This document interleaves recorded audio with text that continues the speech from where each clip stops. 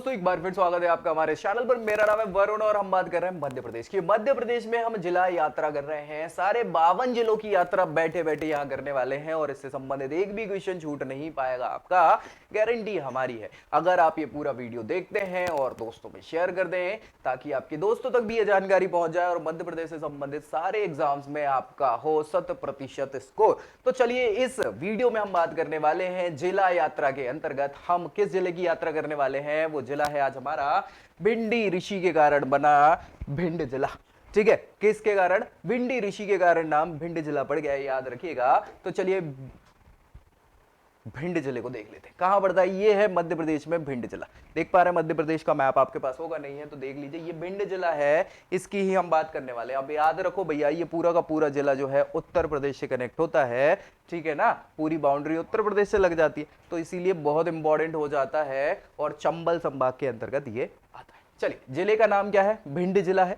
गठन कब हुआ था? 1956 में, जब राज्य पुनर्गठन आयोग बना था उसी के समय मध्य प्रदेश के गठन के अंतर्गत भिंड जिले भी मध्य प्रदेश में आ गया था। तो 1956 में। तहसील की अगर बात करें तो भिंड में एक तो भिंड खुद तहसील है, अटेर तहसील है, इंपॉर्टेंट है, महेगांव, लाहार, रौन, मिहोना, गौहद, गौरमी, मौ। ठीक है, सो ये सारी की सारी 8 आपकी तहसील है किसकी? भिंड जिले की। पड़ोसी जिलों के साथ सीमा की अगर बात करें तो पड़ोसी जिला देखो, एक तो यार ये इधर जाओगे तो ये दतिया लग जाएगा, है ना, और यहां जाओगे तो आपका मुरैना लग जाएगा। भिंड, मुरैना, श्योपुर, है ना, चंबल संभाग ये तो दतिया और मुरैना। उत्तर प्रदेश की अगर बात करें तो एक तो यार राजस्थान से सीमा लग जाती है और दूसरी उत्तर प्रदेश के साथ सीमा लग जाती है, याद रखना ही है। जनसंख्या 2011 की जनगणना के अनुसार यहां भिंड जिले की जनसंख्या थी 17,03,005।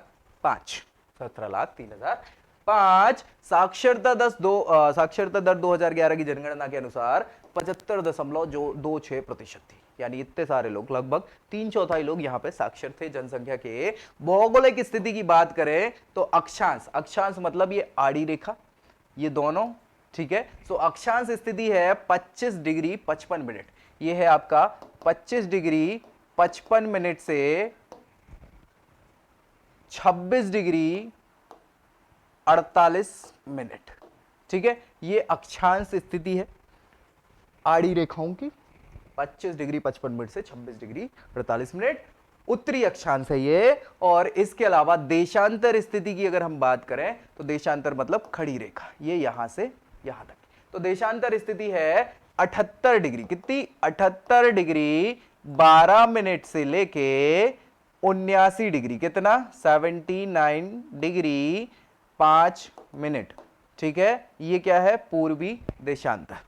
ठीक है भैया, उत्तरी अक्षांश है 25-55 से 26-48 और देशांतर है 78-12 से 69-79-5 पूर्वी देशांतर। तो ये आपकी स्थिति हो जाएगी किसकी? भिंड जिले की। आगे बात करें तो भिंड जिले का जो नामकरण है, नाम जो भिंड पड़ गया वो विभिंडक, है ना, विभिंडक ऋषि के नाम पर, कई बार इन्हें भिंडी ऋषि भी बुलाया जाता था। ठीक है, सो विभिंडक ऋषि के नाम पर किया गया है भिंड जिला। और ये जो जिला है भिंड, ये संभाग कौन सा है? चंबल संभाग के अंतर्गत आता है। मुख्यालय की अगर बात करें तो इसका मुख्यालय, किसका मुख्यालय? चंबल संभाग का मुख्यालय ही भिंड जिला है, भिंड में पड़ता है मुख्यालय। और संभाग में 3 जिले आते हैं, हमें पता ही है भैया, एक तो भिंड स्वयं, मुरैना और श्योपुर। ये तीनों के तीनों कहां आते हैं? चंबल संभाग में। कहां? चंबल संभाग के अंतर्गत ये तीनों जिले आते हैं। ठीक है भाई, मुख्यालय का है भिंड। बहुत बढ़िया, आगे बढ़ जाते हैं। विभिंडक ऋषि की कर्म भूमि होने के कारण इसका नाम भिंड पड़ गया। तंग घाटियां, आपने चंबल के डाकुओं का नाम तो सुना ही होगा, है ना? हाँ भैया, तो तंग घाटियां घने जंगल के लिए ये भूमि जो है प्रसिद्ध मानी जाती है। और जिसके सैनिक, भैया बहुत सारे सैनिक भारत के कहां से निकलते हैं? इसी चंबल की भूमि से निकलते हैं, भारत माता की सेवा में महत्वपूर्ण योगदान निभाते हैं ऐसे वीर सपूत। ठीक है, और ये चंबल संभाग से सबसे ज्यादा निकलते हैं भारत से। कौन? पुलिस में या फिर हमारे सैनिक विभाग में सबसे ज्यादा यही लोग भर्ती हैं। कुंवारी और पहुंच, ये नदियां हैं जो कहां से, इसके किनारे से निकलती हैं, मतलब इनके किनारे से बसा हुआ है भिंड।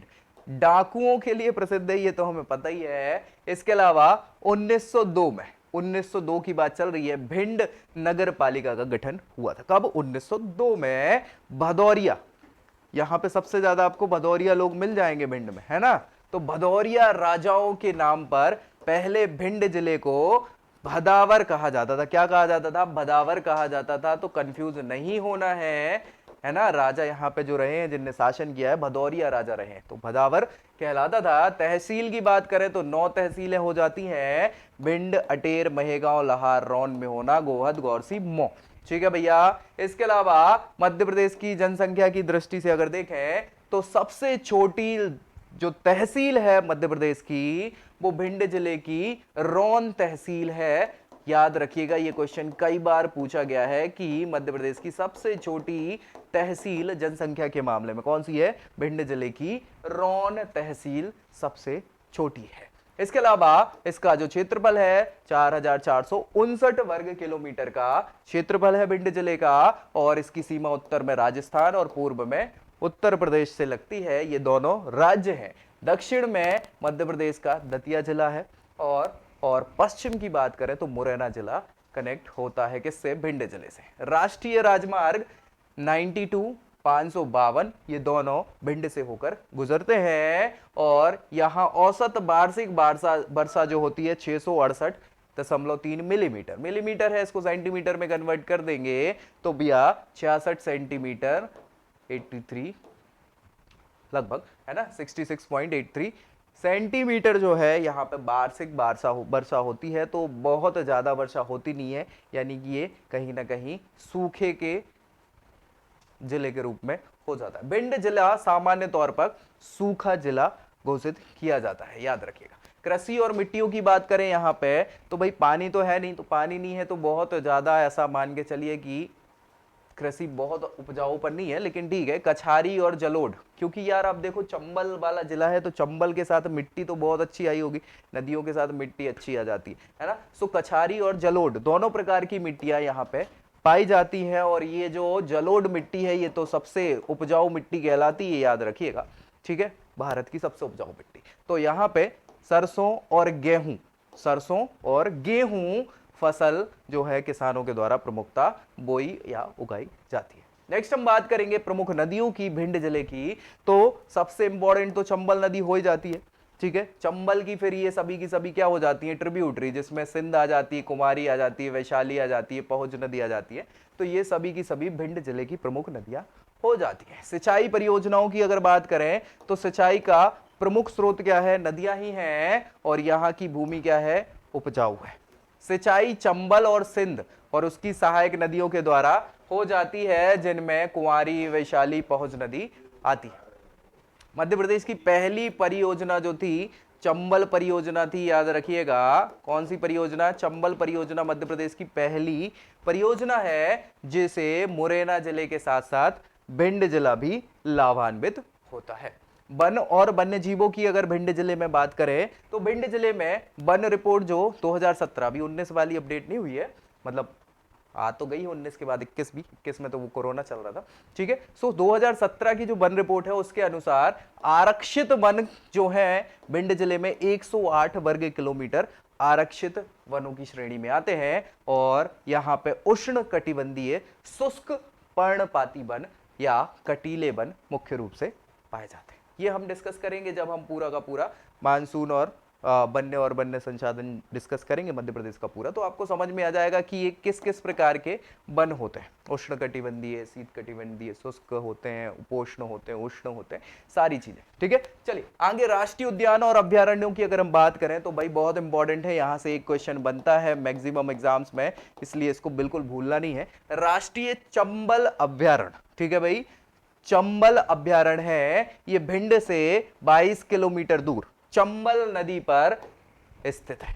याद रखिएगा यहां पर भारतीय घड़ियाल जो हैं मगरमच्छ जैसे लगते हैं, है ना, घड़ियाल और मगरमच्छ अलग अलग होते हैं, याद रखिएगा। तो घड़ियाल, मगरमच्छ, गंगा की डॉल्फिन, इन तीनों का संरक्षण किया जाता है, इसीलिए बहुत इंपॉर्टेंट हो जाता है चंबल अभ्यारण्य। ठीक है, कहां पड़ेगा ये? भिंड से 22 किलोमीटर दूर चंबल नदी पर। किस किस का यहाँ पे संरक्षण होता है? घड़ियालों का, मगरमच्छ का, गंगा डॉल्फिन।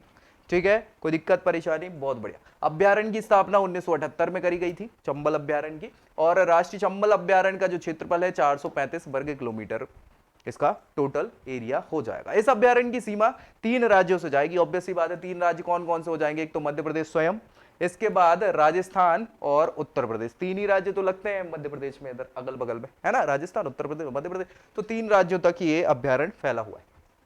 खनिज संपदा की बात करें, उद्योगों की बात करें अगर भिंड जिले में, तो भाई यहां पे भिंड जिला बहुत समृद्ध तो नहीं है खनिज संपदा के मामले में, ठीक है, लेकिन यहां पे चूना पत्थर जरूर पाया जाता है। क्या पाया जाता है? चूना पत्थर। ठीक है, सो ये चूना पत्थर याद रख लीजिएगा। सीमेंट कारखाने जो हैं पास में स्थित है, जहां मालनपुर औद्योगिक क्षेत्र है। याद रखिएगा, ये कई बार पूछ लिया जाता है औद्योगिक क्षेत्र का क्वेश्चन। तो मालनपुर मेरे ख्याल से मध्य प्रदेश पीएससी में पूछा जा चुका क्वेश्चन है कि मालनपुर औद्योगिक क्षेत्र किस जिले में स्थित है। तो याद रखना है मालनपुर कहां है? भिंड जिले में स्थित है। ठीक है, बहुत बढ़िया। यहाँ पे सीमेंट कारखाने ज्यादातर लगे हुए हैं। जनजातियों की बात करें तो ये इंपॉर्टेंट है, क्योंकि जनजातियां मध्य प्रदेश में सबसे ज्यादा पाई जाती हैं और भारत में पहले नंबर पे आता है। तो यहाँ पे सहरिया जनजाति सबसे ज्यादा पाई जाती है। ठीक है, सो 5वीं सबसे बड़ी जनजाति है मध्य प्रदेश की सहरिया जनजाति। याद रखिएगा, सहरिया जनजाति ऐसी जनजाति है, इसको पूरी औषधीय गुण याद होते हैं, मतलब ये जड़ी बूटियों में माहिर होते हैं। ठीक, सो इसलिए बहुत इंपॉर्टेंट हो जाते हैं। सहरिया जनजाति यहाँ पाई जाती है। सहरिया जनजाति भिंड, मुरैना, ग्वालियर, शिवपुरी, गुना, ये पूरा का पूरा जो क्षेत्र है ना, ये यहाँ पे चंबल और ग्वालियर संभाग जो है वहां पर निवास करती है। कौन? सहरिया जनजाति, याद रखिएगा। बोलियां और मेलों की बात करें तो बहुत समृद्ध है इस मामले में भिंड जिला। उसके आसपास के क्षेत्र में ब्रज और बुंदेली, क्योंकि नीचे बुंदेलखंड लग जाता है, ऊपर अवध वाला क्षेत्र लग जाता है, तो ब्रज भाषा, है ना, तो ब्रज बुंदेली भाषा दोनों प्रचलित हो जाती है भिंड में। इसके अलावा गांव में बंजारे लोग भी रहते हैं, तो बंजारी भाषा भी बोली जाती है। भुजरियों का मेला लगता है भिंड जिले में। ठीक है, महोबा में सावन के महीने के अंतिम दिन में भुजरिया का मेला लगता है। और इसके अलावा हजारों नगरवासी और दूर दराज से आए हुए गांव वाले भी इसमें शिरकत करते हैं। भुजरियों का मेला वीर योद्धा आला उदल के नाम से ये लगाया जाता है। आला उदल की नगरी जो है महोबा है, याद रखिएगा। महोबा उत्तर प्रदेश में पड़ता है, लेकिन बुंदेलखंड की विरासत के अंतर्गत आता है। तो मध्य प्रदेश में आला गायन बहुत चलता है बुंदेलखंड वाले क्षेत्र में। सो आला उदल की वीर गाथाओं को लेके ये भुजरियों का मेला लगता है। और किससे संबंधित है? आला उदल से संबंधित है। भिंड के प्रमुख पर्यटन स्थलों की अगर हम बात करें तो भैया अटेर का किला इंपॉर्टेंट है, याद रख लीजिएगा। कई बार पूछ लिया जाता है कि अटेर का किला कहां स्थित है। ठीक है, गौहद का किला, बनखड़ेश्वर मंदिर है यहाँ पे, बरासों के जैन मंदिर है, विष्णु मंदिर है बरहड़ में, और शिव मंदिर बीरखड़ी में। ये सभी क्या है? पर्यटन स्थल है। और बात करें तो शिव मंदिर भी है चीमका का, नारद देव मंदिर भी है यहाँ पे, जमदार माता रेणुका मंदिर भी है, जमाना वाले जामना वाले हनुमान जी भी हैं, पवाई वाली शारदा माता है, और सीताराम बाबा भी यहाँ पे स्थित है।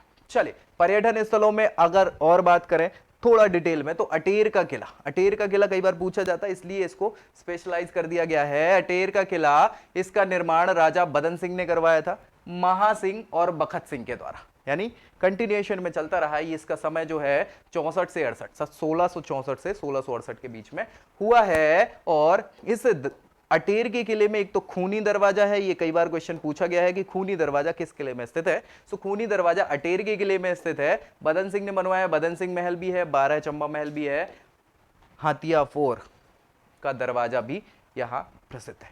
इसके अलावा अगर गौहद के किले की हम बात करें तो गौहद के किले का निर्माण भी 16वीं शताब्दी में हुआ है। भीम सिंह सरदार राजा हुआ करते थे, इन्होंने इसको कराया। इस महल में कछारी महल ईरानी कला का उदाहरण प्रस्तुत करता है, इसको भी याद रखना है, कछारी महल। ठीक है, और अगर बात करें बनखड़ेश्वर मंदिर की तो बनखड़ेश्वर मंदिर शिव मंदिर है जो भिंड शहर में स्थित है। 1175 में राजा पृथ्वीराज चौहान के द्वारा इसका निर्माण कराया गया था, और पृथ्वीराज चौहान के समय से ही बनखड़ेश्वर शिव मंदिर में अखंड ज्योति लगातार प्रज्वलित हो रही है। ठीक है, अखंड ज्योति कब से? पृथ्वीराज चौहान के समय से ही प्रज्वलित करी जा रही है। यहाँ पे 2011 की जनगणना की अगर बात करें भिंड जिले के लिए, तो सबसे कम लिंगानुपात कहां है? ये क्वेश्चन कई बार पूछा गया है, याद रखना है। सबसे कम मध्य प्रदेश का लिंगानुपात, यानी 1000 पुरुषों में 800 850 के करीब महिलाएं हैं। किस जिले में? मध्य प्रदेश में भिंड जिले में है। और गौरी सरोवर पर्यटक स्थल है भिंड शहर में। ठीक है, ये पूछ लिया जाता है। इसको भी पृथ्वीराज चौहान के द्वारा बनगढ़ेश्वर मंदिर बनाया गया था, जो इसी गौरी सरोवर के निकट स्थित है। ठीक है, भिंड जिले के गोहद को, गोहद जगह का नाम है, याद रखिएगा, तहसील आती है, धान का कटोरा कहा जाता है। किसको? गोहद जिले को धान का कटोरा भी कहा जाता है, मध्य प्रदेश वाला। ठीक है, वैसे तो छत्तीसगढ़ को धान का कटोरा कहा जाता है।